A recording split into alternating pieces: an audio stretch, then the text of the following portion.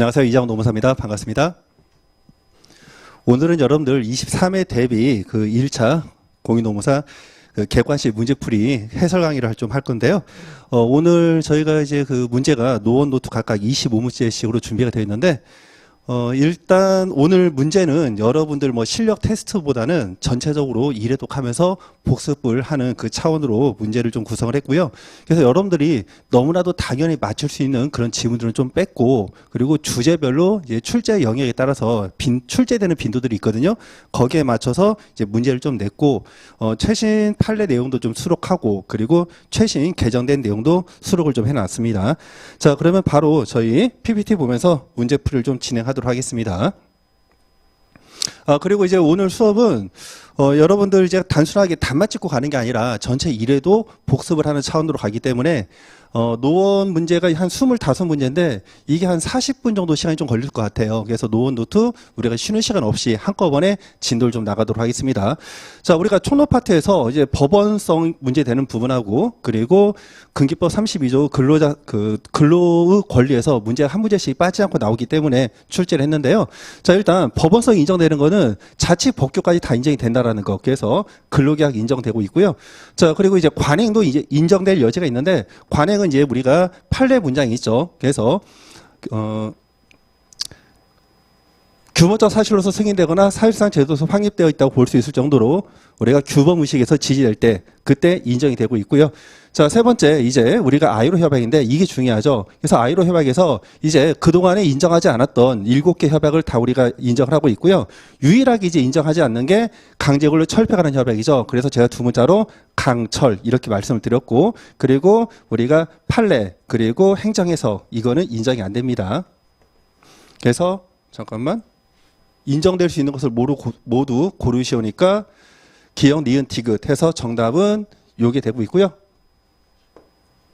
요게 되고 있고, 여러분들 안 되는 거 이거 두 가지는 반드시 기여를 해주세요. 요거 두 개는. 자, 나머지는 넘어가겠습니다. 2번인데요. 근로권리도 우리가 많이 출제되고 있는데, 일단 근로권리를 보시면은 근로의 권리에서 근로조건의 기준은요, 법률로 정합니다. 법률로 정하는데 내용이 뭐다? 인간의 존엄성이 보장되도록 하고 있고요. 이와 대비해서 근로 의무가 문제가 되는데, 근로 의무는 우리가 역시 법률로 정하되 얘는 민주주의 원칙에 따라 정합니다. 그래서 근로 권리와 근로 의무 기준이 되는 거 구분을 좀 해주시고요.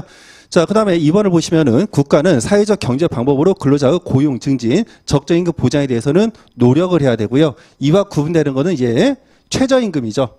최저임금은 우리가 시행 의무다. 이거를 좀 구분해 주시고, 자, 3번 같은 경우에는 외국인은 국민이 아니므로 일할 자유에 관한 권리뿐만 아니라 일할 환경에 관한 권리도 인정되지 않는다.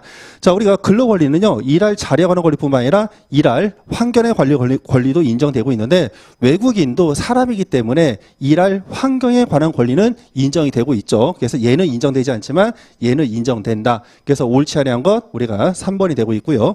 자, 4번 여자 연수자 근로는 헌법상 특별한 보호를 받고 있고, 또 국가유공자, 사회군경, 전몰군경 유가족은 법률의 정한 바에 따라서 어떤 보호를 받는다? 단지 우선적으로 근로를 기여할 부여를 부여받고요. 자, 이와 대비해가지고 우리가 생활 능력이 없는 자가 있죠. 능력이 없는 자. 자, 얘 자는 우리가 헌법 34조에서 보호를 받습니다. 그래서 이런 경우에는 법률이 정하는 바에 따른 보호를 받습니다. 그래서 이것도 이제 여러 빈출되고 있는 내용인데, 여성과 연수자는 헌법상 특별 보호를 받는다. 그리고 국가 유공자들은 법률의 정하에 따라 우선적 근로기회 제공을 받는다. 생활 능력이 없는 자는 법률에 따른 보호를 받는다. 비교를 하셔야 되고요.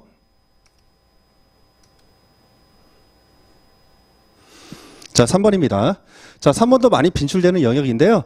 자, 근로기준법이 우리가 원칙적으로 5인 이상 사업장에 적용되는데, 이제 5인 미만 사업장에도 적용되는 경우가 있죠. 그래서 보시면은 상시 4명 이하의 근로자를 사용하는 사업 또는 사업장에는 적용되지 않는 거니까 다시 말하면 5인 이상 사업자에만 적용됩니다. 자, 5인 이상 사업자에만 적용되는 거는 제가 두 문자로 연구생이 취하면 가시업이랬죠. 연구생이 취하면 가시업. 자, 그래서 이때 연은 연차 휴가, 구는 부당요구 구제, 그리고 잠깐만. 구는 부당무효 구제. 그다음에 생은 우리가 생유가. 자, 이유는 우리가 23조 정당한 이유 없는 부당해고 구제. 자, 그리고 취는 취업규칙, 그리고 가는 가산임금, 시는 법정 근로시간, 업은 휴업수당입니다. 자, 그래서 여기에 관련된 거는 휴업수당, 부당해고 구제 신청, 그리고 가산임금. 요렇게 두 문자를 기억하시면 돼요. 그래서 정답은 기역, 디귿, 미음. 자, 기역, 디귿, 미음이 없으니까 여기에 해당되는 거 디귿, 미음. 5번이 되겠네요.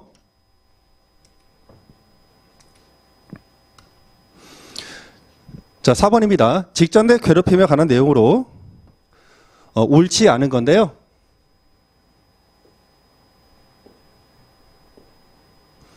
옳지 않은 것은 자 1번 사회자는 직장 내 괴롭힘 발생 사실을 신고한 근로자 및 피해 근로자에 대해서 해고나 불리한 처벌을 하여서는 아니 된다. 만일에 이렇게 하면은 가중처벌됩니다. 자 2번 사회자는 조사 결과 직장 내 괴롭힘 발생 사실이 확인된 때에는 피해 근로자 요청이 없더라도 자 우리가 피해자 요청이 있어야 됩니다. 요청이 있을 때 그때 어떻게 한다? 보호 조치를 해야 되는 거죠. 그래서 근무 장소 변경, 배치 전환, 유급 휴가, 명령 등의 적절한 조치를 반드시 해야 되고요. 자, 3번. 사회자는 직장 내 괴롭힘과 관련된 조사 결과 직장 내 괴롭힘 발생 사실이 확인이 되면 이때는 지체 없이 우리가 가해자에 대해서 제재 조치를 합니다. 그래서 징계 등의 필요한 조치를 해야 된다. 자, 4번. 사회자가 직장 내 괴롭힘 발생 사실의 확인 조사 결과 그 사실이 확인되었음에도 이에 대한 조치를 하지 않으면 500만 원 이하의 과태료 부과 처분이 인정되고 있고요. 자, 과거에는 이게 과태료 부과 처분 자체가 없었기 때문에 문제가 많았는데 이게 성희롱 가해자와 마찬가지로 과태료 부과 처분이 신설이 된 거고요. 자, 5번 사용자 그리고 사용자 배우자 혈족 인척 중 대통령이 정하는 사람이 해당 사업장의 근로자인 경우가 포함이 되고 있고요. 자, 이럴 때 직장 내 괴롭힘을 직접 했다라면 1,000만 원 이하 과태료 부과 처분이 된다. 그래서 정답은 2번이 되겠습니다.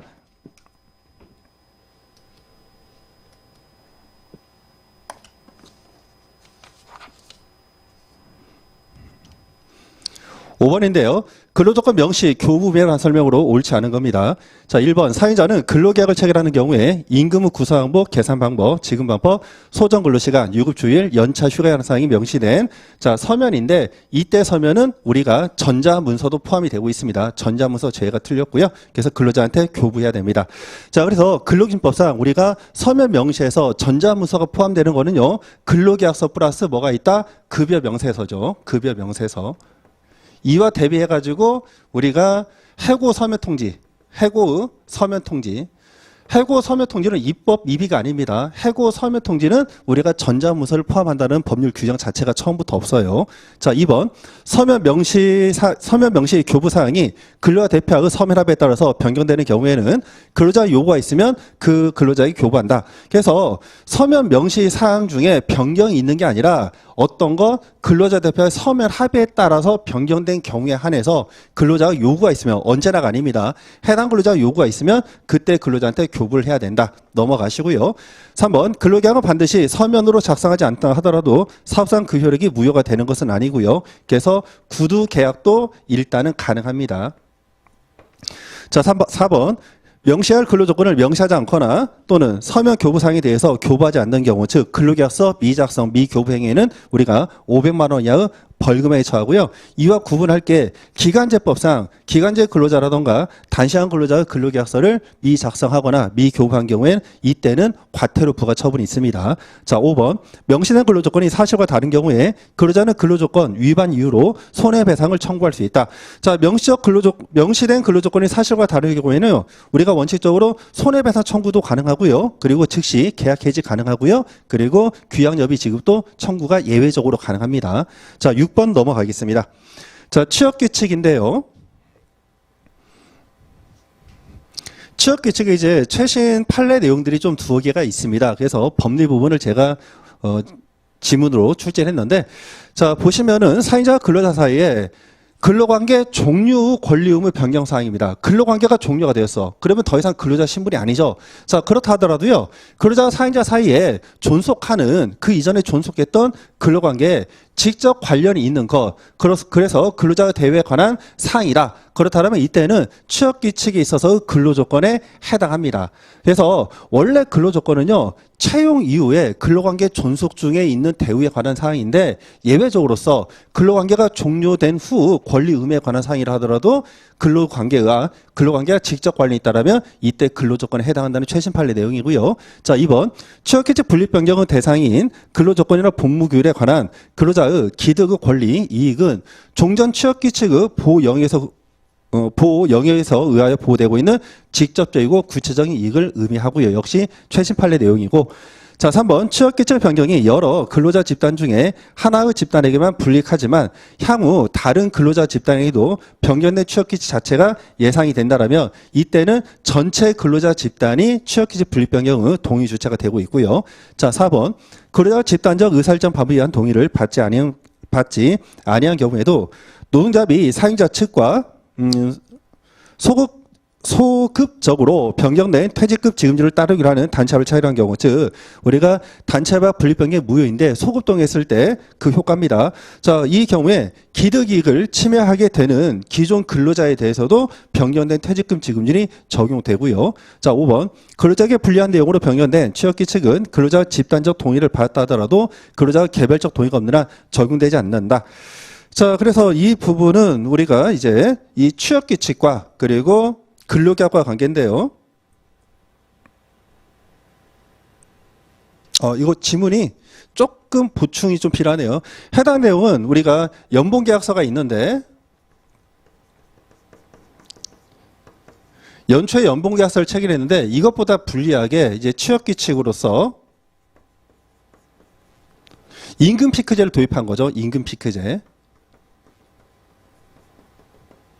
자, 이랬을 때 개별 근로계약을 체결한 예를 들어서 근로자 갑이 있다. 그러면 이 갑의 동의가 없다라면 비록 집단적 의사일정 방법에 의한 동의를 받은 취업규칙 분립 변경이 있다 하더라도 이 갑에게 적용되지 않는다.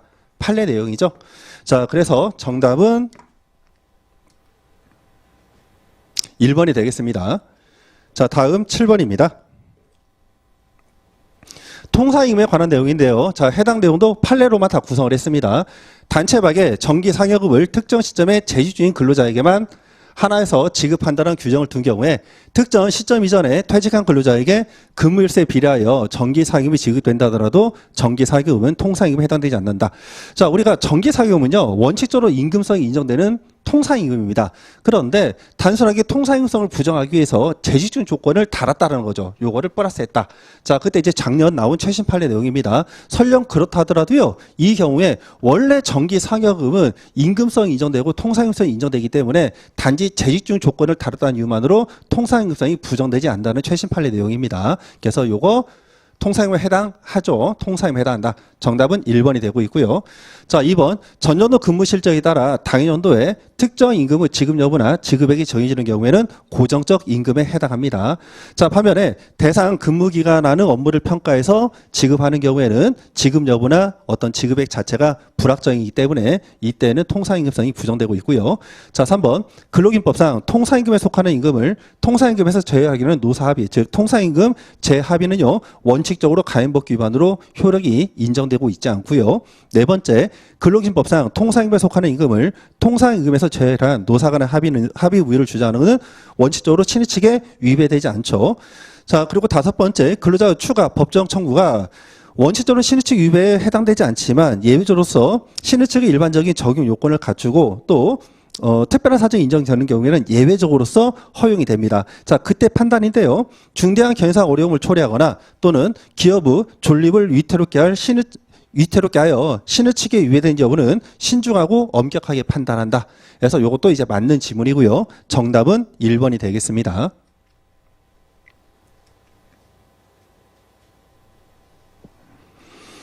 자, 8번인데요. 평균임금 산정 방법에 관한 설명으로 옳지 않은 겁니다. 역시 판례 위주로 출제를 했고요. 평균임금 산정 기간 중에 사용자가 적법하게 직장 폐쇄를 합니다. 자, 그 경우에 그 기관과 그 기간 중에 지급된 임금은 평균임금 산정 기준되는 임금 기간과 임금 최소 각각 뺀다 되어 있는데, 자, 우리가 평균임금 산정을 할 때에는 사유 발생 이전 3개월 동안 지급받은 임금 총액을 그 기간으로 총 일수 나누는데, 해당 기간 안에 우리가 시행령 제2조 제1항에 따른 수사산업 아쟁 병사 기간이 있어요. 자, 이 기간은 모두 뺍니다. 자, 이때 문제가 되는 거는 여기 이 쟁은 정당한 쟁행위를 의미하죠. 정당한 쟁행위. 그래서 정당한 쟁행위 또 정당한 직장 폐쇄의 경우에는 그 기간을 모두 뺀다라는 거고요. 여기서 주의할 점은 정당하지 않다라면 그 기간을 빼지 않습니다. 다 그 기간에서 포함시키고 근로자에게 책임을 물으면 되는 건데, 주의할 점은 이 직장 폐쇄와 여러분들이 쟁행위와 이 관계를 구분하셔야 돼요. 직장 폐쇄가 있다 하더라도요, 이 직장 폐쇄 효과는 쟁행에 불참가하지만 영향을 미치고, 쟁행에 참가자는 자신이 했던 선행행위인 쟁행의 정당성 여부에 영향을 받습니다. 그래서 해당 지문을 보실 때는 이 직장 폐쇄와 관련해서 문제되는 거는 쟁행에 불참가자가 문제가 된다. 그렇게 기억을 해 주시고,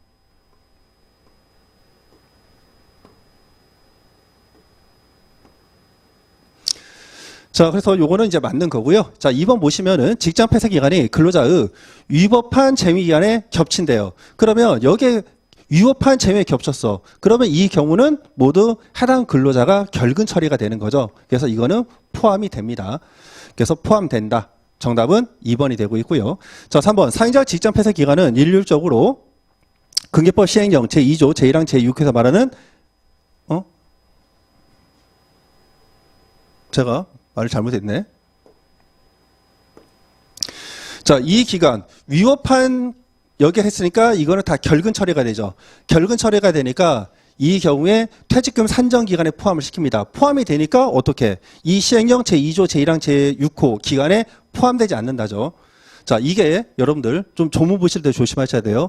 해당 시행령 규정에 포함이 돼버리면 실제 산정기간에 포함되지 않고요. 거꾸로 이 시행령 규정에 포함되지 않으면 퇴직금 산정기간에 포함이 되는 거죠. 예, 저도 순간 있다가 혼동이 됐네요. 자, 3번 사용자 직장 폐쇄 기간은 일률적으로 시행령 제2조 제1항 제6에서 말하는 쟁의기간에 해당되지 않는다고 했었죠. 정답은 3번이고요. 자, 4번 평균임금을 산정할 수 없는 경우에는 근로자 통상의 생활임금을 사유대로 반영하는 방법으로 한다. 자, 넘어가시고요. 그리고 산출된 평균임금이 통상임금보다 저액일 때는 뭐를 마지노선한다? 통상임금을 평균임금으로 합니다. 그래서 정답은 3번이 되겠네요.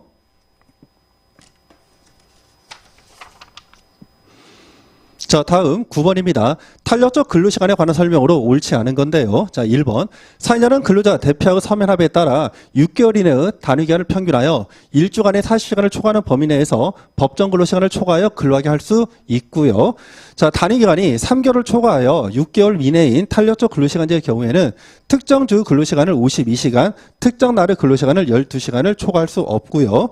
자, 3개월을 초과하는 탄력적 근로시간제의 경우에는 근로일 종료 후 다음 근로일 개시일까지 근로자에게 연속해서 11시간 이상의 휴게시간을 부여합니다. 자, 4번 3개월을 초과하는 탄력적 근로시간제를 도입한 경우에 기존의 임금 수준이 낮아지지 않도록 임금 보전 방안을 마련해야 되는데요.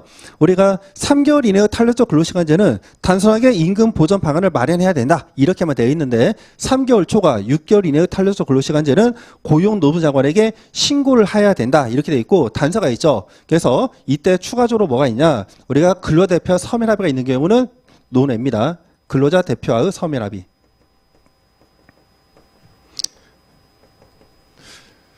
자, 그래서 근로자 대표의 서면합의가 있을 때는 고용노동장관에 신고를 하지 않아도 되니까 결국에 가서는 3개월 초과 6개월 이내의 탄력적 근로시간제는 임금 보전 방안을 마련을 하는데 이때 먼저 선행적으로 근로대표와 서면 합의를 해서 마련을 하거나 그렇지 않은 경우에 마련해서 고용노동장관에게 신고를 해야 된다. 이렇게 보시면 되고요. 자, 5번 근로자가 근로한 기간이 탄력적 근로시간제의 단위 기간보다 짧은 경우, 자, 이 경우에는 단위를 평균하여 일조하는 근로시간이 40시간을 초과한다 하더라도 연장 근로수당을 지급할 필요가 없다. 자, 이때는 우리가 정산해서 연장 근로수당을 지급한다고 했었죠. 그래서 6개월이니까 앞에 3개월 동안은 빡세게 일하고요. 뒤에 3개월이 널널한데 그때 일을 그만둬버리면 억울하니까 그때는 이거를 탄력적 근로시간을 다 쪼개가지고 일주당으로 연장 근로수당을 지급을 한다는 내용입니다. 정답은 5번이 되고 있고요. 자, 10번 보겠습니다. 연차 휴가에 관한 설명으로 옳지 않은 건데요. 근로자가 업무상 제의로 휴업한 기간은 그 장단을 묻지 않고 소정근로일수, 출근일수 모두에 포함시켜 출근율을 산정을 합니다. 자, 2번 적법한 직장 폐쇄로 인하여 근로자가 출근하지 못한 기간. 자, 우리가 적법한 직장 폐쇄로 인하여 근로자가 출근하지 못했다. 자, 이거는 우리가 재행이 불참가자를 대상으로 하는 거죠. 자, 원칙적으로 연차 휴가 일수 산정을 위한 연간 소정을 제외한다. 자, 우리가 적법하게 직장 폐쇄를 했어. 그러면 이건 사용자도 자신의 권리를 행사했는데 근로자 입장에서는 내 선택이 아니고 노무상이 거부가 된 거죠. 그러니까 이러지도 못하고 저러지도 못하니까 비례 삭감설로 갑니다. 그래서 출근율 산정할 때 연간 소정근로에서 제외한다. 즉 다시 말하면 연간 소정근로 일수를 기준으로 출근 일수를 보는 게 아니라 연간 소정근로 일수 대신에 실질 소정근로 일수를 기준으로 합니다. 이게 변경이 되는 거죠. 그래서 맞는 질문이고요. 자, 3번 위법한 직장 폐쇄로 인하여 근로자가 출근하지 못한 기간. 자, 이때는 위법한 직장 폐쇄로 출근하지 못했어. 그럼 사용자는 자기가 정당하지 않게 노무선을 거부했으니까 이 경우에는 사용자가 책임을 다 지는 거죠. 그래서 임금지급도 부담을 합니다. 그래서 근로자에 대해서 불리하게 고려할 수가 없기 때문에 원칙적으로 그 기간은 모두 출근으로 간주가 되는 거죠. 소정근로일수 포함시키고요. 출근일수에 산입을 합니다. 맞는 거고요. 자, 4번 연차휴가를 사용할 권리는 다른 특별한 사정이 없는 한 그 전년도 1년의 근로를 마친 날 발생한다. 자, 마친 날이 아니라요. 마친 다음 날 발생하죠. 그래서 계속 근로가 우리가 그 계약 기간이 1년인 근로자에 대해서는 그 1년 이내에 발생하는 월차 휴가만 발생하고 그 2년차 때 발생하는 기본연 휴가는 발생하지 않는 이유가 이 휴가는요. 우리가 근로를 마친 날 발생하는 게 아니라 다음 날 발생하기 때문입니다. 정답은 4번이 되고 있고요. 자, 5번 사용자가 연차 휴가 사용 촉진 조치를 다했음에도 불구하고 근로자가 지정한 휴가일에 출근을 하여서 근로를 제공하였다. 자, 이 경우에는 사용자가 적극적인 노무 거부 조치를 취하지 않았기 때문에 근로자가 휴가를 사용한 게 아닙니다. 그래서 여전히 보상 의무를 부담한다. 역시 판례 내용이죠. 정답은 4번이 되겠습니다.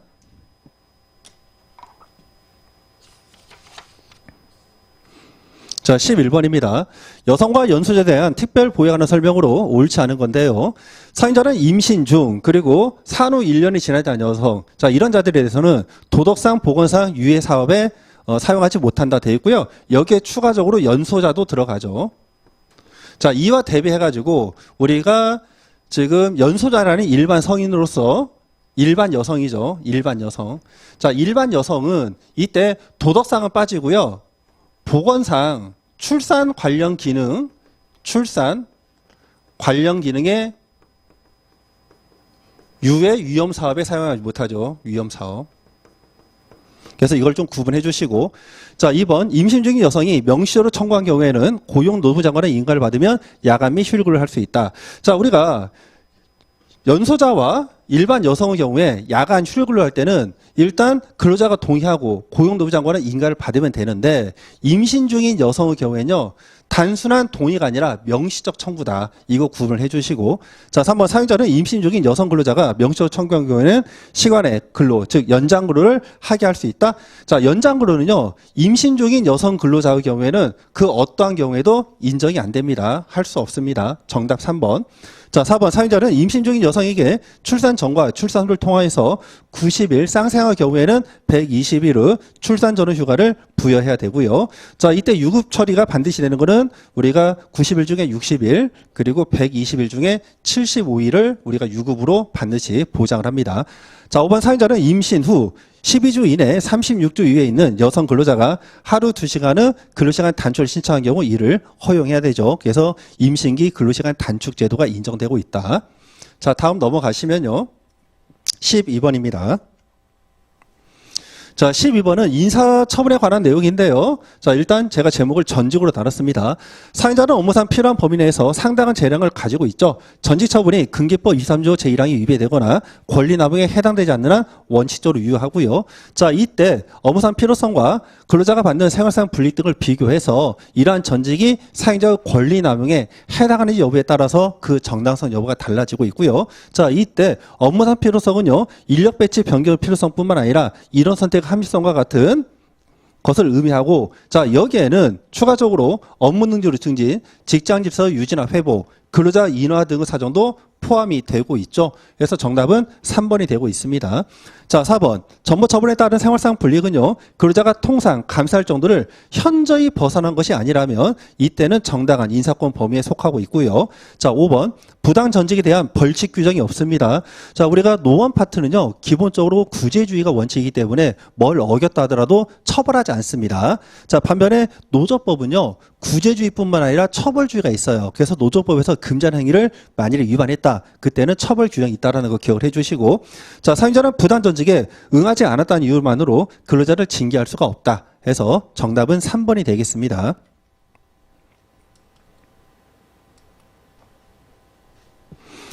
자, 다음 13번입니다.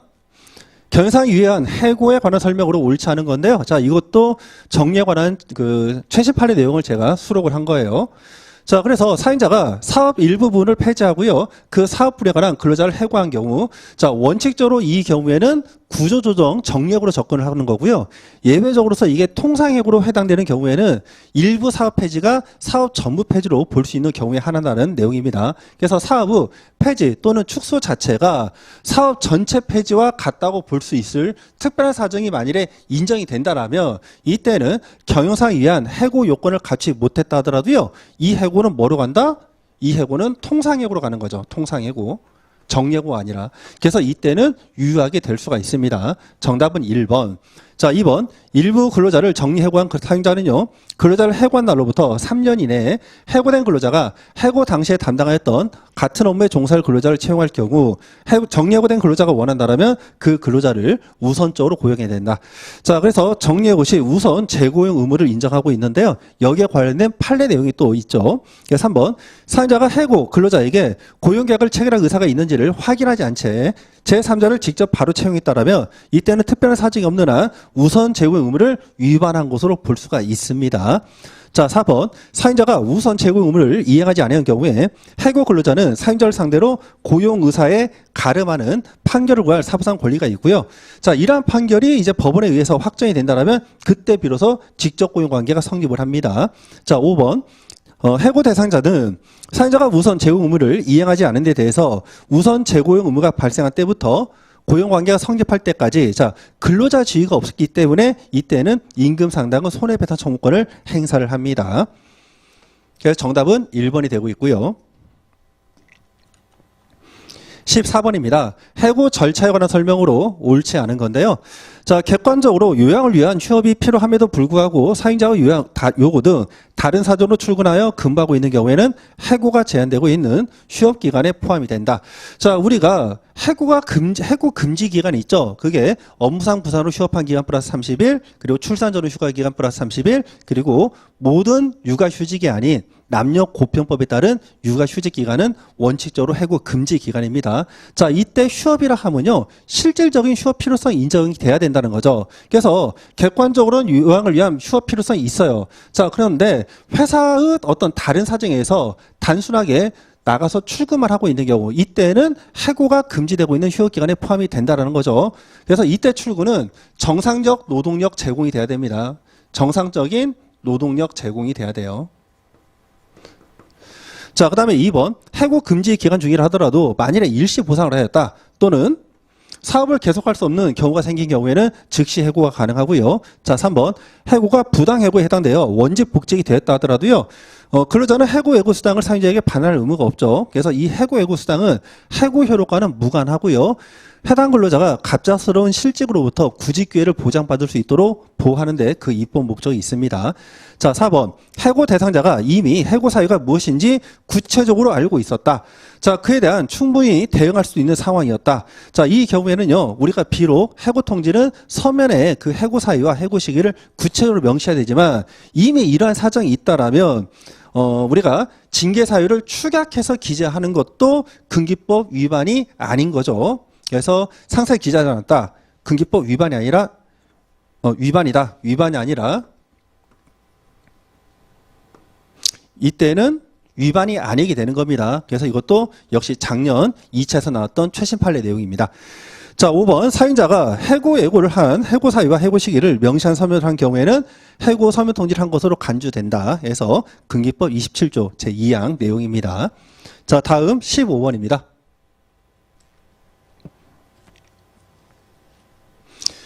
금기법상 구제 명령에 관한 설명으로 옳지 않은 건데요. 자, 1번 구제 신청은 부당 해고가 있었던 날로부터 3개월 이내에 해야 된다. 자, 2번 노동위원회는 신문을 끝내고 부당 해고가 성립된다고 판정이 되면요, 사인자가 구제 명령을 서면으로 통지받은 날로부터 자 15일 이내에 이행기한을 정해서 사인자에게 구제 명령을 한다. 자, 이행기간은요 우리가 15일이 아니라 30일입니다. 그래서 정답은 2번이 되고 있고요. 자, 3번. 사인자나 근로자는 지방노동위원회의 의결이 있을 때로부터 자 10일 이내에 중노에 재심을 신청할 수가 있고요. 자, 이와 비교해서 우리가 재심에 대해서 불복이 있을 때는 이 재심 판정서를 송달받은 날로부터 15일 이내에 행정법원의 중앙노동위원회 위원장을 필요로 해서 행정소송을 제기할 수 있습니다. 자, 4번. 노동위원회의 구제명령 기각결정 재심 판정은 중노에 대한 재심 신청이라던가 행정소송에 의해서 그 효력이 정지되지 않는다. 자, 우리가 집행 부정지 원칙이랬죠.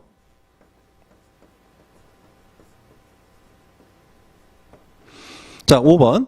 노동위원회는 구제명령을 받은 후 이행기한까지 구제명령을 이행하지 아니한 사용자에 대해서 최초 구제명령을 한 날로부터 매년 이해의 범위에서 우리가 3천만 원 이하의 이행 강제금을 부과합니다. 자, 우리가 최대 2년까지 그리고 2회 하니까 횟수는 총 4회가 되는 거고요. 그리고 한 번 부과할 때 3천만 원까지 하니까 최대치는 1억 2천이 된다. 넘어가겠습니다.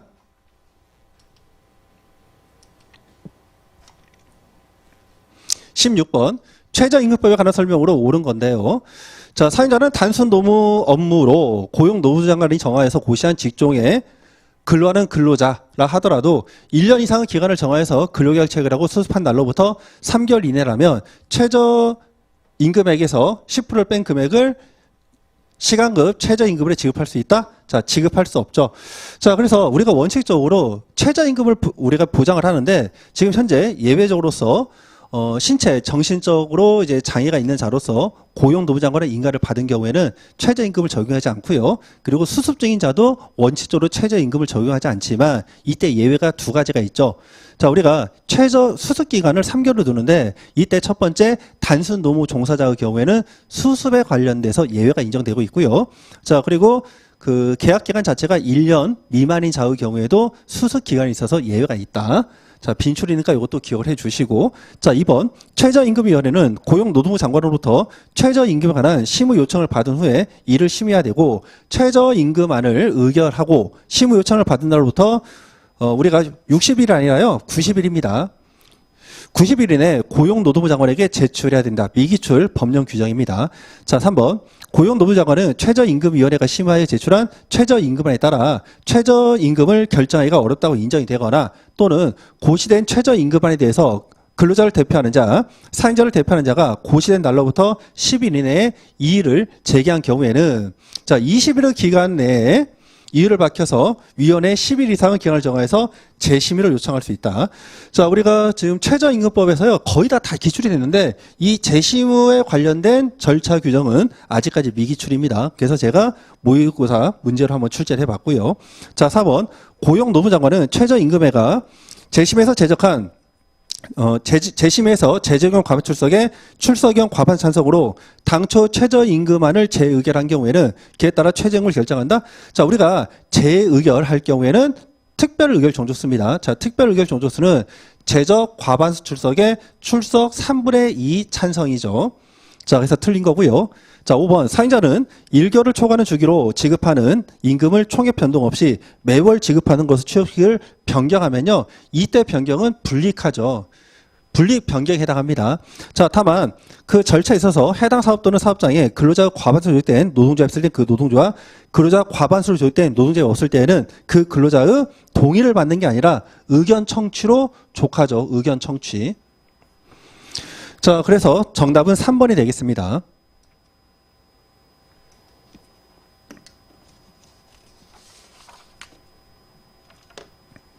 17번 남녀고병법과 일가정 양립지원에 관한 설명으로 옳은 것인데요. 자, 1번 사업주는 임신 중인 여성 근로자가 모성을 보호하거나 또는 근로자가 만 8세 이하 또는 초등학교 2학년 이하의 자녀, 이때 중요한 건 입양 자녀도 포함되고요. 자, 양육하에서 휴직을 신청하는 경우에는 이를 허용을 해야 됩니다. 되어 있는데 잠깐만.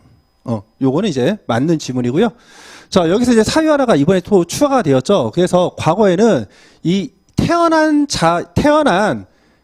자녀를 우리가 양육할 때만 필요했는데 지금은 우리가 임신 중인 여성 근로자도 우리가 그 태아를 보호하기 위해서 육아휴직이 인정이 되고 있습니다. 자, 이것도 이제 최근에 법이 개정된 내용이고, 자, 2번 사업주는 정상적인 사업 운영에 중대한 지장을 초래하는 경우에는 육아휴직, 육아기 근로시간 단축을 허용할 수 있다. 자, 우리가 사유가 있는데요. 육아휴직을 하는데 육아휴직 말고 나는 경제활동을 하고 싶다면 육아기 근로시간 단축 제도를 활용할 수가 있습니다. 근데 불어 사유가 있어요. 자, 일단 공통 사유는 둘의 공통 사유는 딱 한 가지입니다. 계속 근로 6개월 미만. 간단합니다. 계속 근로 6개월 미만은요, 우리가 보험료를 안 냈기 때문에 이 보험 혜택을 못 받는다. 이렇게 보시면 되고요. 자, 그리고 육아기 근로시간 단축 제도는요, 그 외에 정상적인 사업 운영에 중대한 지장을 초래하는 경우뿐만 아니라 대체 인력 채용이 안 되는 경우, 이런 경우에도 불어 사유가 돼요. 그래서 이때 허용하지 아니할 수 있는 것은 뭐다? 육아기 근로시간 단축이고 육아휴직은 이때 인정이 안 됩니다. 자, 3번 육아기 근로시간 단축 제도는 단축 기간은 우리가 근속 기간에 포함이 됩니다. 자, 근속 기간에 포함되는 거는 간단하죠. 우리가 퇴직금 산정할 때 계속 근로기간이 늘어나기 때문에 유리하게 포함하는데, 근데 잠깐만, 내가 잘못 봤어. 잠깐만요. 육아기 근로시간 단축제도 근속기간 포함되고요. 육아휴직 근속기간도 단축기간에 여기 이 근속기간에 포함이 되죠. 제가 다른 거 설명하려다가 그랬네요. 제가 말하는 거는 이게 아니라 이제 이거죠. 요거 평균임금 산정기간.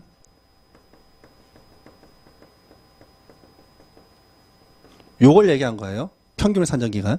그러니까 근속기간에는 우리가 퇴직금 산정과 관련해서 근로자한테 유리하니까 포함을 시키는데 평균임금 산정에 대해서는 근로자한테 불리하잖아요. 그래서 해당 기간에는 포함시키지 않는다. 그걸 말씀드리려고 했던 거고요. 자, 4번. 사업주는 사업을 계속할 수 없는 경우 육아휴직 중인 근로자를 해고할 수 없다? 자, 해고하죠. 왜? 회사 자체가 사업을 계속할 수 없으니까. 자, 5번. 사업주는 육아기 근로시간 단축을 하고 있는 근로자의 명시적 청구가 있다 하더라도 단축 근로시간 외에 주 12시간 내에 연장을 시킬 수가 없다. 자, 육아기 근로시간 단축 제도를 하고 있습니다. 이 경우에는요, 원칙적으로 사용자는 해당 근로자에게 연장 근로를 시킬 수가 없어요. 근데 이 당사자가 본인이 육아기 근로시간 단축을 했는데, 내가 이거 잘못한 것 같아. 좀 더 내가 이날 일 좀 하고 싶어. 그래서 명시적 청구가 있다라면, 그때는 어떻게? 연장 근로를 시킬 수가 있습니다. 자, 그래서 옳은 것은 3번이, 잠깐만, 옳은 거 어디 있어? 1번이 되겠네요. 옳은 거는 1번. 예, PPT가 글자가 커가지고 잘 안 보여요. 여기서 이렇게 보면. 그래서 해놓고 나서 확인이 안 될 때가 있어. 잠깐만. 넘어갔나? 18번이죠, 우리. 18번. 자, 18번. 기간제 근로계약의 경우에 계약기간 만료에 따른 법률 관계에 관한 판례 설명으로 옳지 않은 건데요. 자, 1번. 기간을 잠에 있는 근로계약은 계약기간의 만료가 되면요, 당연히 근로관계가 종료가 됩니다. 그래서 자동 소멸 사유라고 하고 있고요. 근로계약이 갱신될 수 있으리라는 정당한 기대권이 있는 경우, 자, 이때는 사용자가 합리적 이유 없이 근로계약의 갱신을 거절하는 것은 부당해고에 해당합니다. 자, 그리고요, 두 번째, 사용자가 부당한 갱신 거절로 인해 근로자가 실제로 근로를 제공하지 못한 기간도요, 계약 갱신에 대한 정당한 기대권이 존속하고 있는 범위 내에서는 총 사용기간 2년에 포함이 되고 있습니다. 자, 3번, 기간제 근로계약이 기간제법 시행 이후에 체결이 되었다 하더라도요, 총 사용기간이 2년을 넘게 되는 갱신 기대권도 인정이 되는 것으로 판례가 변경이 되었죠.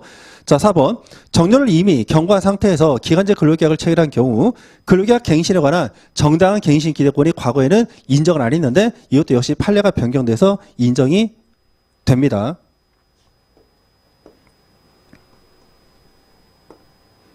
인정이 된다. 자, 그리고 5번, 근로자가 부당 요구 구제처라고 하여 해고 효력을 다툰 중에 계약 기간이 이제 만료가 된 경우인데요. 자, 과거에는 우리가 그 부당 해고에 관련된 구제이익은 원직 복지만 인정하고요, 금전 보상은 인정을 안 했습니다. 근데 판례가 변경되어서 원직 복지뿐만 아니라 금전 보상도 인정을 하고 있다는 거죠. 그래서 계약 기간이 만료가 되었다 하더라도요, 설령 원직 복직이 불가능하더라도 해고 효력을 다툴 구제이익이 있다. 왜? 금전 보상도 우리가 구제이익으로 지금은 보고 있기 때문입니다. 그래서 정답은 5번이 되겠습니다.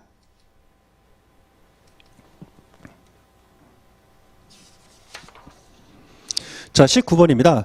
파견 근로자 보호에 관한 법률상 사용사업자와 파견 근로자의 법률 관계 중 옳지 아니한 것. 자, 해서 파견법도 역시 최신 판례 내용을 좀 수록해 놨는데요.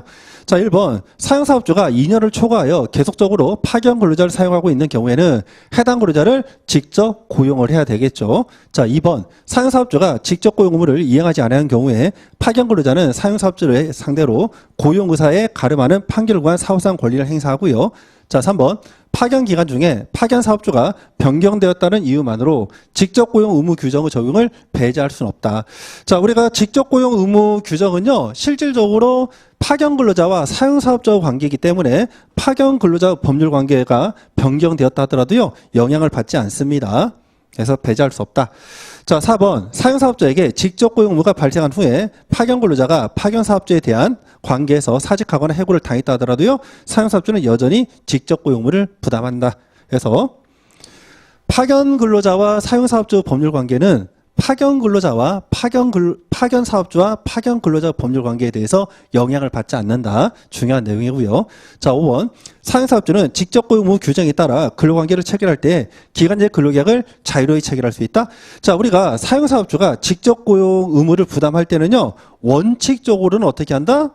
원칙적으로는 기간제가 아니라 무기계약직으로 체결해야 됩니다. 무기계약직. 그래서 요거 최신 판례 내용 5번 틀렸습니다.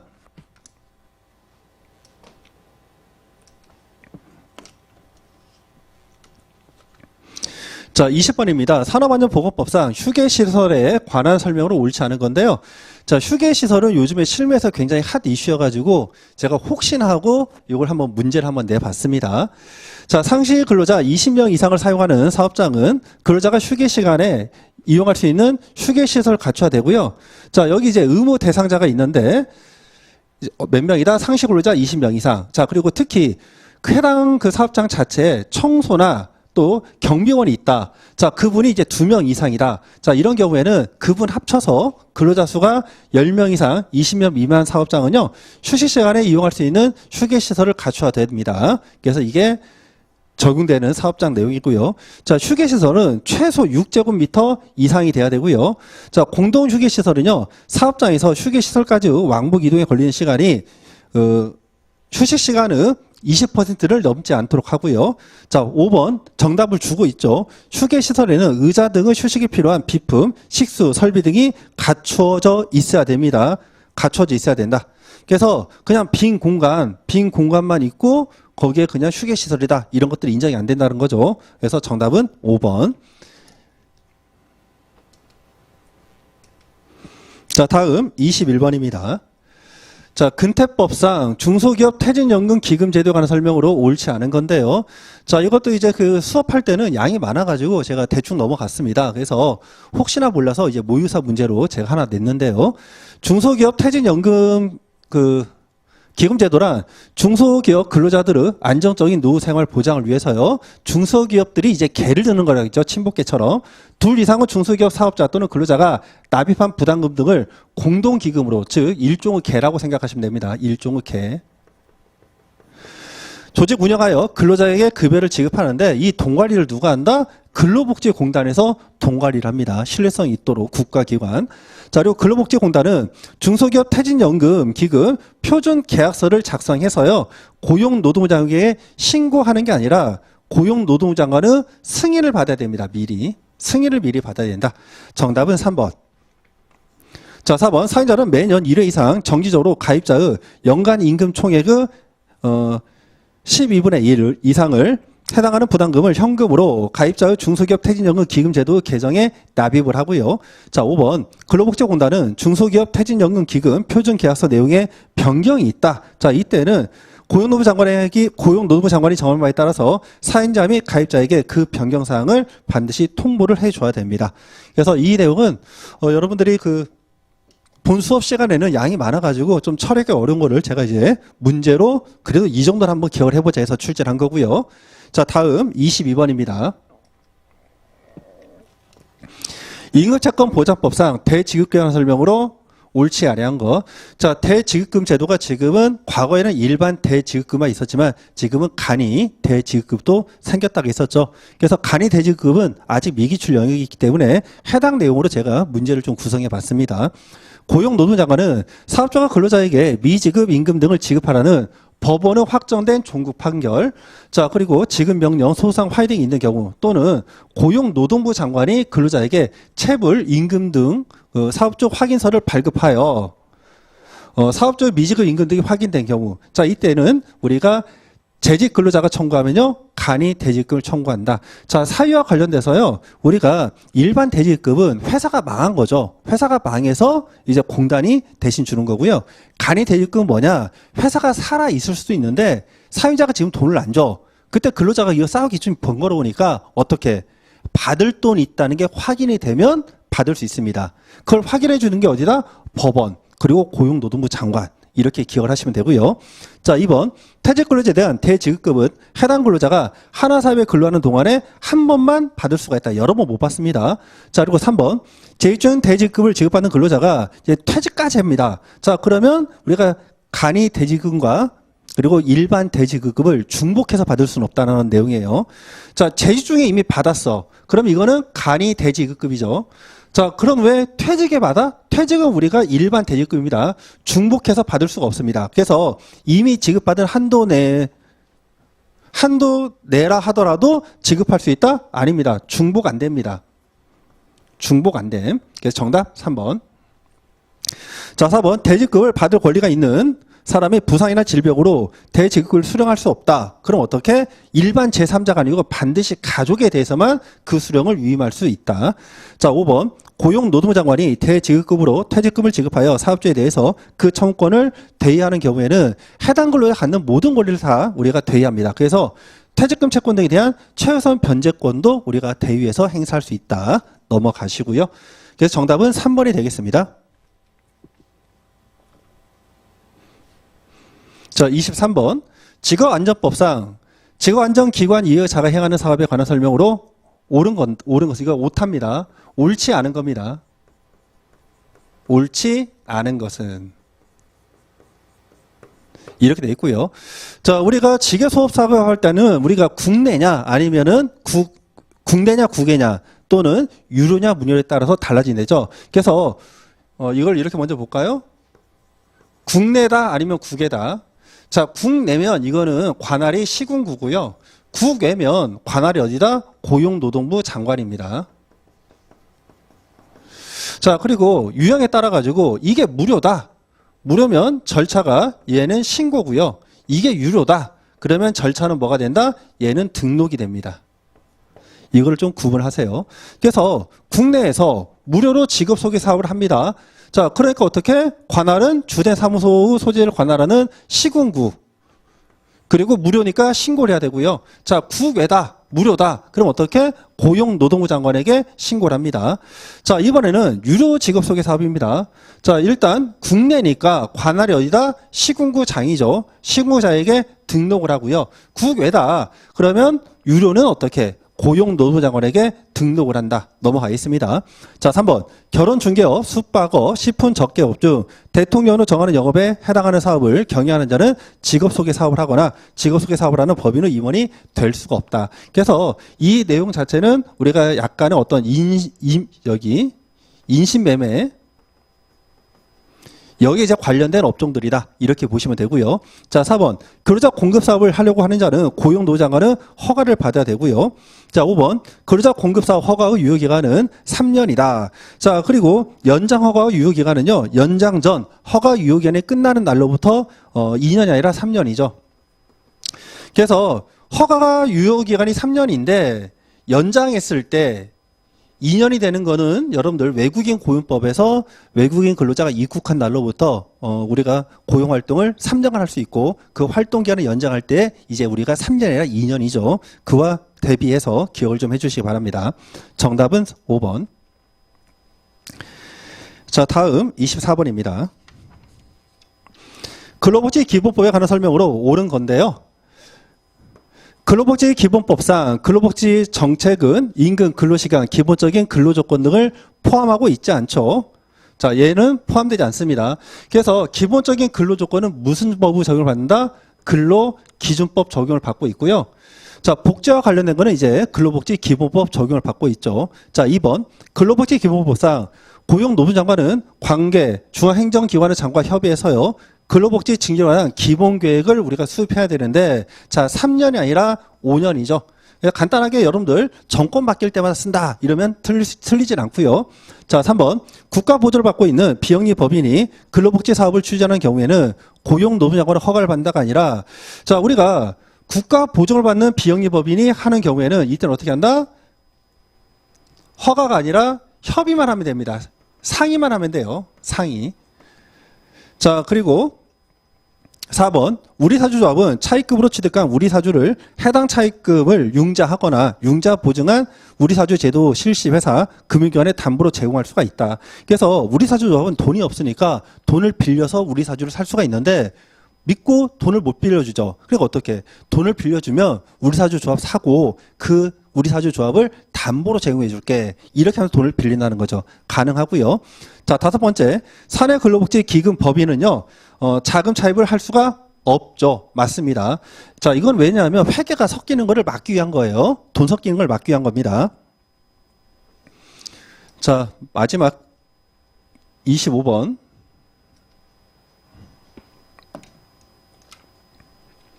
외국인 근로자가 고용대에 관한 법률에 관한 설명으로 옳은 건데요. 고용노동부 장관은 외국인 근로자 도입 계획을 정책위원회 심의 의결을 거쳐서 수립하고요. 자, 매년 1월 30일이 아니라 매년 3월 31일까지 공표를 해야 되는 거죠. 자, 이것도 단순 암기가 아니고요. 이렇게 보시면 돼요. 자, 외국인 근로자를 채용하려면 일단 내국인에 대한 구인 노력을 해야 되죠. 그래서 우리가 어떻게? 일단 기본적으로 구인 노력을 하고 1분기가 끝날 때까지 구인을 못해. 그럼 어떻게? 그러면 이제 어쩔 수 없다. 이제 내국인은 고용이 안 되니까 외국인이라도 좀 채용을 하자. 이렇게 하는 겁니다. 그래서 1월 30일이 아니라 언제? 3월 30일이다. 이해만 하시면 뭐 그냥 틀릴 문제가 아니고요. 자, 2번. 직업안정기관이 아닌 자도 외국인 근로자 선발, 알선, 그 밖의 채용에 개입할 수 있다. 자, 외국에서 외국인을 데려옵니다. 자, 따라서 이 경우에는 직업안정기관만 인정이 되고 있죠. 준정부기관만 됩니다. 그래서 아닌 자, 일반 제3자는 할 수가 없다. 자, 3번. 외국인 근로자는 입국한 날로부터 3년 이내 취업활동을 할 수가 있죠. 그래서 이때는 입국한 날이고요. 계약 체결일이 아닙니다. 외국인은 지금 우리나라에 일하러 왔죠. 그러니까 입국하는 순간부터 효력이 발생한다. 이렇게 보시면 되고. 자, 4번. 사전화 근로계약 효력 발생일로부터 3개월 이내 귀국 시 필요한 비용에 충당해서 보험 및 신탁에 가입해야 된다. 자, 이거 여러분들 사용자냐 근로자냐 이거 보시면요. 귀국에 관련된 거는 우리가 근로자 이렇게 보시면 돼요. 그래서 스스로 귀국해야 되는데 비행기 값이 없어. 그럴 수가 있죠. 그래서 어떻게? 사용자가 아니라 이때는 외국인 근로자가 하는 거고요. 자, 그리고 이제 반대로 이제 사용자가 외국인의 근로관계가 끝나고 나가야 되는데 돈이 없어서 못 가. 그래서 그때는 어떻게? 퇴직금 등을 지급하여서 보험 신탁에 가입해야 됩니다. 그래서 구분할 때 귀국이 나온다. 그러면 근로자. 출국이 나온다. 만일에 이게 귀국 대신에 출국이 나온다. 그러면 이때는 사용자. 이렇게 구분을 좀 해주시고요. 자, 그 다음에 5번. 국내에서 취업한 후 출국한 외국인 근로자는요, 출국한 날로부터, 자, 3개월이 아니라 6개월이죠. 6개월이 지나지 아니하면 다시 취업할 수 없다. 자, 이렇게 해서 우리가 노원 파트가 끝났는데요. 설명을 좀 제가 많이 했는지 생각보다 시간이 많이 걸렸네요. 자, 그래서 지금 우리가 수업이 지금 거의 55분 정도 지났기 때문에 이걸 노트까지 이어서 하기 좀 어려우니까 한 5분만 쉬고 이어서 두 번째 시간에 노트를 마무리하겠습니다.